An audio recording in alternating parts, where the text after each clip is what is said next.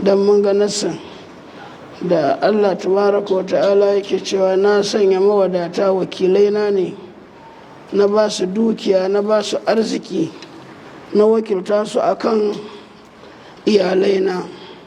Wani sai ya ce Allah na da iyalai, sai Allah ya ce yana da iyalai, bai da mata, bai da ɗa, bai haihuwa, bai haifa ba, amma Allah da kansa ya tabbatar yana da iyalai. Shine manzo Allah ya gaya mana wakilan Allah da iyalan Allah. Al'aganiya'u, annabi ya ce wukala'ullah, wal fuqara'u iyalullah.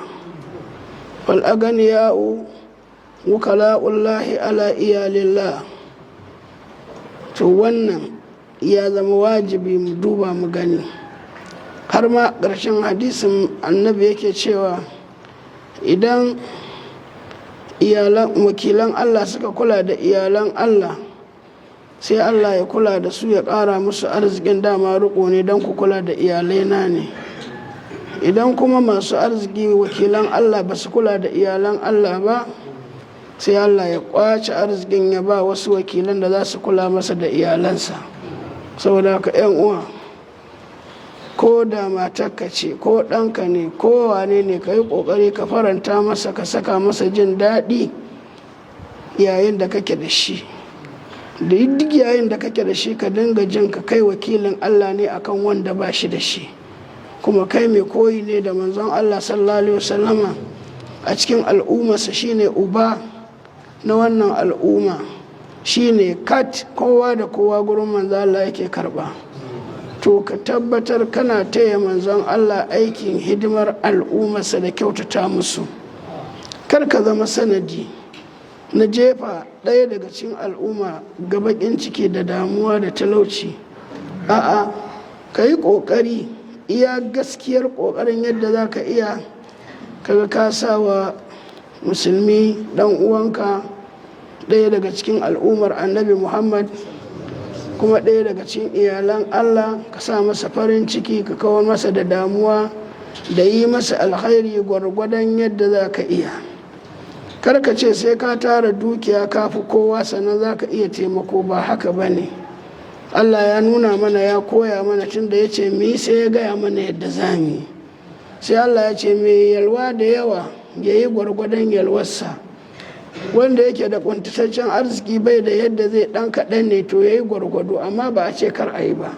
Alal musi ya ƙadruhu wa alal muqtiri ƙadru. Duk inda ka kai da ƙarancin babu, duk yadda ka kai da babu, wani yana nan ya fi ka babu. Ko shinkafa kwano ɗaya kake da shi, kar ka cinye kai kaɗai, yi ƙoƙari ka kasa, ko uku ne ka ba da ɗaya ka ci, biyun Allah ta'ala zai dawo maka da shi. Ya khalifu ne, ubangiji yana mayar wa mutum wanda yi. Saboda haka mu dinga ƙoƙari muna ganin yan uwa koyaya kadai mutum ya zauna. An ce alhirmanu aqallu min alqalil. Na hana naƙi ban yi ba, ya fi ƙanƙanta da ƙanƙani. Idan da ƙanƙani ko ƙaƙa yake za a ce da akwai, amma ƙin babu to shine matsala. Saboda haka kowa yan uwa mu yi ƙoƙari duk abin da za mu yi, ko mu zama a bisa sunna ta manzon Allah sallallahu alaihi wasallama. Babu wani dalili, babu wani sababi illa ƙoƙarin ka sadar da umarnin Allah, ka daɗaɗa wa bayin Allah. Ko da 'ya'yanka ne za ka ɗinka musu riga da sallah ka tafi nan, manufarka kenan. Iyalanka ne komai za ka yi, tunda mun ji manzo Allah ce ko da loma ɗaya ta kasa a bakin matarka akwai ladan sadaka a ciki. Saboda haka mu yi ta ƙoƙari a cikin haka. Kuma duk inda kake za ka iya yin taimako, in baka iya yin na miƙawa ba ko girmamawa ne ka yi, kai ko kalma mai daɗi ne ka yi wa wanda ya kamata ka taimaka, ba ka da yadda za ka yi. Saboda yin haka ma samun lada ne, don manzo Allah ya ce wal kalimatu tayyibatu sadaqa. Kai kalma mai daɗi ma ita ma ladanta daban, sadaka ce. Wannan shine babban abin da ya kamata mu tsaya yan uwa mu ta yi. Kuma kan mu ce sai a cikin watan Ramadana za mu dinga kyauta, sai a Ramadana za mu dinga sadaka, sai a'a, duk sanda Allah ya baka kai kokari kai ma ka ba bayin Allah, sai Allah ya kuma karo maka.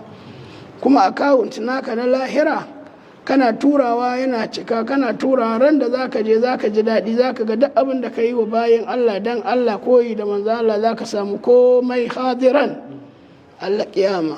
Allah ka ba mu ikon kwatantawa, ka ba mu ikon koyi da sahabbai, Allah ya ba mu ikon koyi da su yadda suka koya daga manzon Allah, wanda in aka ballo bayanin su yadda suke a junansu to lalle za mu san an ban mu a baya. Mu tsaya tsayin daka, mu tsaya tsayin daka mu ta koyi da su, domin ya ishe mu alfahari a ce ranar alkiyama a haɗa mu tare da sahabban manzon Allah, mu zauna ga mu ga annabi Muhammad, wanda muna sa rai Allah zai mana haka, don mu ne muka zo a ƙarshe muke da tsananin son annabi da sahabbansa, muke da tsananin koyi da su, kuma Allah ya faɗe mu sullatun min al-awwalina wa sullatun min al-akhirin. Muna raja'i mu ne za a haɗa mu da sahabban manzon Allah. To saboda haka ƴan uwa mu yi ƙoƙari mu ta koyi da su. Kissoshinsu akan haka suna da yawa, da taimakawa junansu da kuma san wasu a kansu sama da su, wani Allah ya musu shaida da cewa yu'thiruna ala anfusihim walau kana bihim khasasa. Allah ka ba mu dacewa, Allah ka karbi ibadunmu, kuma muna roƙon Allah tabaraka wa ta'ala ya karfafa zukatanmu, kuma ya ba mu abin da za mu yi hidima ga kawunanmu da wasunmu don albarkacin manzo Allah sallallahu alaihi wasallam.